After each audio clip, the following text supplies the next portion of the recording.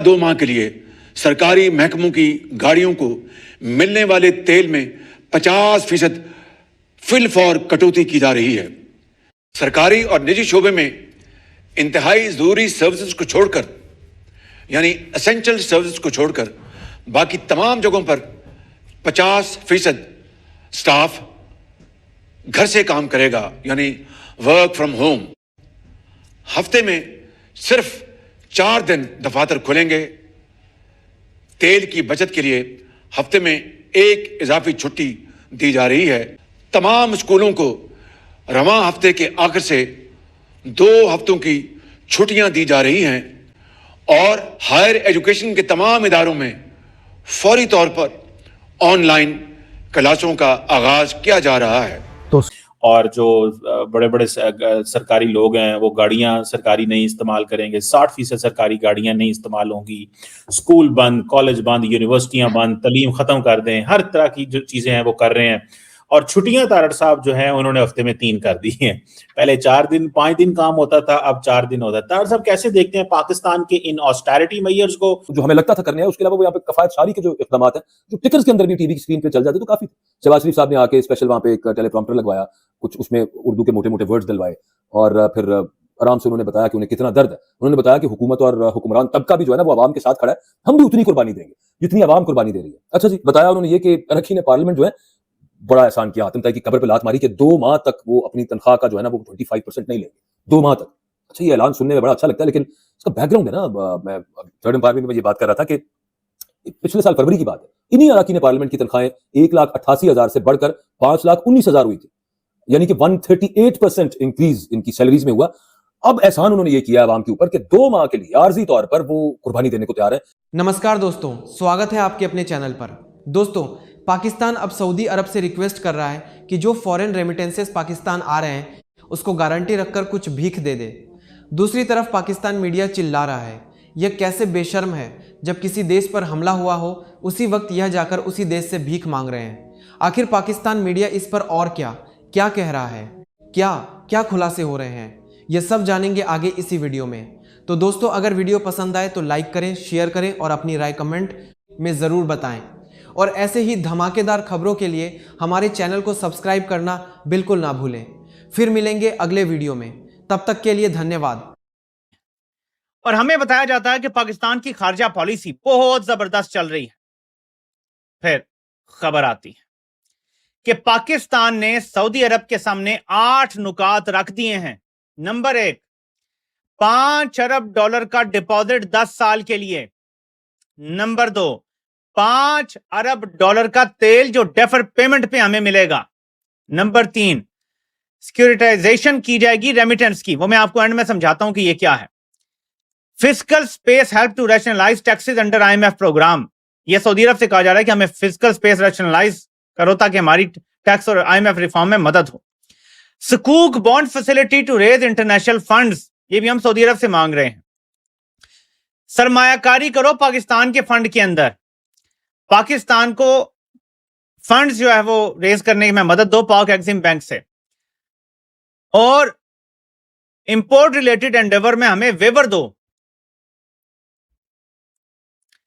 अब जो securitisation of remittance है, ये मैं आपको आसान अल्फाज में बताता हूं कि जैसे क्रेडिट कार्ड होता है या जो भी, कि जी सऊदी अरब से $10 अरब की हर साल रेमिटेंसेज आती हैं, तो आप हमें $10 अरब एडवांस पकड़ा दें। मैं आपको आसान अल्फाज में बता रहा हूं, वो तो आनी है, तो उसके जरिए हम आपको वापस कर देंगे। अब हमें एडवांस में भी $10 अरब दे दें, या हमें बॉन्ड या कोई भी ऐसे तरीके से हमें वो गारंटी दे दें कि जिसके जरिए हम $10 अरब के बॉन्ड बेचेंगे, जिसके पीछे गारंटी होगी कि $10 अरब की रेमिटेंसेज तो होनी है। सो ओवरसीज पाकिस्तानियों का जो पैसा पाकिस्तान आता है उसके बदले भी अब कर्जा लेने जा रहे हैं। मैं आसान तरीन अल्फाज में आपको बता रहा हूं, गालियां देते हैं ओवरसीज पाकिस्तानियों को। इतना बुरा हाल हो गया है पाकिस्तान का कि ओवरसीज पाकिस्तानियों की रेमिटेंसेज पे एडवांस पकड़ने जा रहे हैं। इसको और आसान अल्फाज में मैं बताता हूं, मैं लेमैन टर्म में आपको बता रहा हूं कि जी आप कमेटी डालें और कहें जी पहली कमेटी मुझे दे दो, क्योंकि मेरी तो निकलनी है ना अगले साल। अच्छा, वो कमेटी आपकी नहीं निकलनी, वो जो रेमिटेंसेज आती है वो खपत जाते हैं पाकिस्तान में पैसे, वो कोई स्पेयर नहीं बच जाते हैं हमारे पास। लेकिन ये क्योंकि वो आने हैं तो उस पर एडवांस ले रहे हैं। उस पर क्या होगा कि जो कर्ज लेंगे उस पर सूद कम होगा, क्योंकि गारंटी होगी पीछे के पैसा आना ही आना है। निकल आए और उससे अगले और भी निकलने। और मजे की बात यह कि जो पायलट साथ गए हैं उनका वहां रहना सहना खाना पीना वो सारा कुछ ऑब्वियसली वो हुकूमत ही करवा रही होगी। अब हम होम कर लें, एक गाड़ी से ज्यादा कोई प्रोटोकॉल लेके ना निकले और इतनी गाड़ियां दफ्तर में कम कर देते हैं और फलाना टमकाना सारा कुछ जो भी है, लेकिन at the very same time ये बड़ा जरूरी काम है। वियना जाना जट ने जंग लगी हुई है, तो आप नक्शा अगर निकाल के देखिएगा तो आपको मिल जाएगा। ये इस प्लेन के वियना जाने का जो इसने एयर पैथ लिया है, जंग लगी हुई है, लेकिन वो उन मुल्कों को क्रॉस करके पीछे से अजरबैजान की तरफ से वियना जाना उसका बड़ा जरूरी था। तो जो दूसरी कहानी है वो मरियम नवाज साहिबा के चचा जान की है, जो हमें लगता था करने है। उसके अलावा वो यहाँ पे कफायत शारी के जो इकदाम हैं, जो टिकर्स के अंदर भी टीवी की स्क्रीन पे चल जाते तो काफी थे। शहबाज शरीफ साहब ने आके स्पेशल वहां पे एक टेलीप्रॉम्प्टर लगवाया, कुछ उसमें उर्दू के मोटे मोटे वर्ड्स डलवाए और फिर आराम से उन्होंने बताया कि उन्हें कितना दर्द है। उन्होंने बताया कि हुकूमत और हुक्मरान तबका भी जो है ना वो आवाम के साथ खड़ा है, हम भी उतनी कुर्बानी देंगे जितनी आवाम कुर्बानी दे रही है। अच्छा जी, बताया उन्होंने ये कि अरकी ने पार्लियामेंट जो है बड़ा एहसान किया, आतम ताई की कब्र पे लात मारी कि 2 माह तक वो अपनी तनख्वाह का जो है ना वो 25% नहीं लेंगे 2 माह तक। अच्छा, ये ऐलान सुनने में बड़ा अच्छा लगता है, लेकिन इसका बैकग्राउंड है ना, मैं थर्ड एम्पायर में ये बात कर रहा था कि पिछले साल फरवरी की बात है, इन्हीं अरकान पार्लियामेंट की तनख्वाहें 1,88,000 से बढ़कर 5,19,000 हुई थी, यानी कि 138% इंक्रीज इनकी सैलरीज में हुआ। अब एहसान उन्होंने ये किया आवाम के ऊपर कि 2 माह के लिए आर्जी तौर पर वो कुर्बानी देने को तैयार है। 25% जो है ना वो उस तनख्वाह का वो नहीं लेंगे, ले निकल आए हैं और उससे अगले और भी निकलने। और मजे की बात यह कि जो पायलट साथ गए हैं उनका वहां रहना सहना खाना पीना वो सारा कुछ ऑब्वियसली वो हुकूमत ही करवा रही होगी। अब हम होम कर लें, एक गाड़ी से ज्यादा कोई प्रोटोकॉल लेके ना निकले और इतनी गाड़ियां दफ्तर में कम कर देते हैं और फलाना टमकाना सारा कुछ जो भी है, लेकिन at the very same time ये बड़ा जरूरी काम है। वियना जाना जट ने जंग लगी हुई है, तो आप नक्शा अगर निकाल के देखिएगा तो आपको मिल जाएगा। ये इस प्लेन के वियना जाने का जो इसने एयर पैथ लिया है, जंग लगी हुई है, लेकिन वो उन मुल्कों को क्रॉस करके पीछे से अजरबैजान की तरफ से वियना जाना उसका बड़ा जरूरी था। अच्छा, जो दूसरी कहानी है वो मरियम नवाज साहिबा के चचा जान की है। और जो बड़े बड़े सरकारी लोग हैं वो गाड़ियां सरकारी नहीं इस्तेमाल करेंगे, 60% सरकारी गाड़ियां नहीं इस्तेमाल होंगी, स्कूल बंद, कॉलेज बंद, यूनिवर्सिटियां बंद, तालीम खत्म कर दें, हर तरह की जो चीजें हैं वो कर रहे हैं। और छुट्टियां तारड़ साहब जो हैं उन्होंने हफ्ते में 3 कर दी हैं।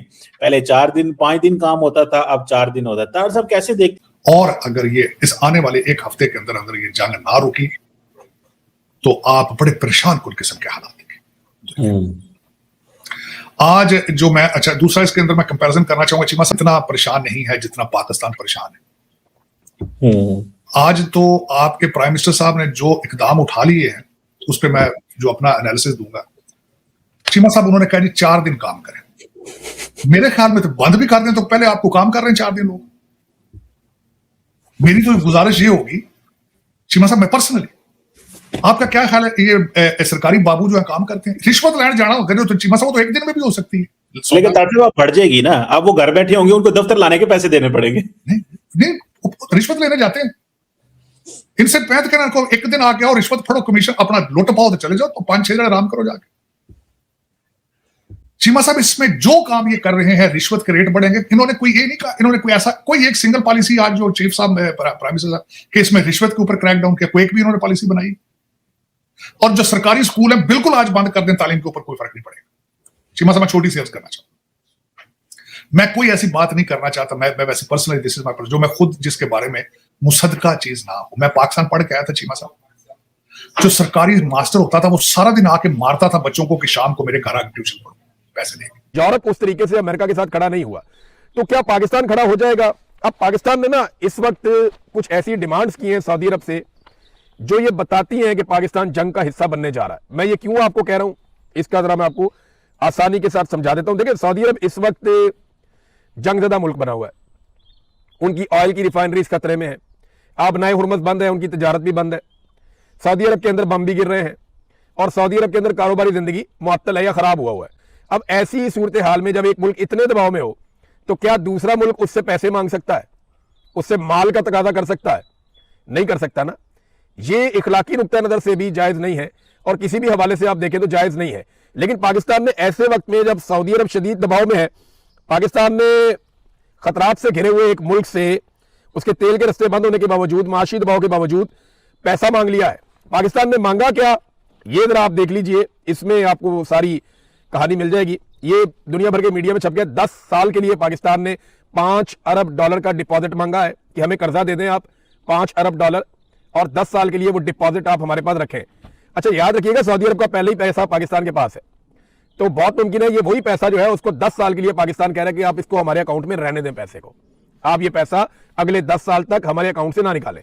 8 चीजें मांगी है पाकिस्तान ने सऊदी अरब से, जो 2 बड़ी चीजें मैं आपको बता देता हूं। नंबर 1 तो ये है कि 10 साल के लिए 5 अरब डॉलर आप हमारे कौमी खजाने में जमा रहने दें, नंबर 1, ये कोई पैसा हमें वो दे नहीं देंगे लेकिन हमारे कौमी खजाने में जमा रहेगा। नंबर 2, 5 अरब डॉलर की तेल की सहूलत हमें दी जाए, यानी में जो उधार तेल देता है सऊदी अरब, उसकी मिकदार जो है वो 5 अरब डॉलर तक कर दे। पहले मेरे ख्याल में 1.2 अरब डॉलर थी, किसी दौर में ये 2 अरब डॉलर भी थी, लेकिन अब पाकिस्तान ने डिमांड किया कि 5 अरब डॉलर का तेल, तो ये 10 अरब डॉलर की पाकिस्तान ने सहूलत मांगी है और ये उधार है, ये वो पैसा नहीं है जो सऊदी अरब देगा और पाकिस्तान का हो जाएगा।